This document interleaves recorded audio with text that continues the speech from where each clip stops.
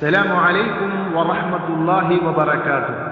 دعاء اليوم الحادي عشر شهر رمضان المبارك. അനുഗ്രഹീത റമളാനിലെ 11ാം ദിനത്തിലെ പ്രാർത്ഥന.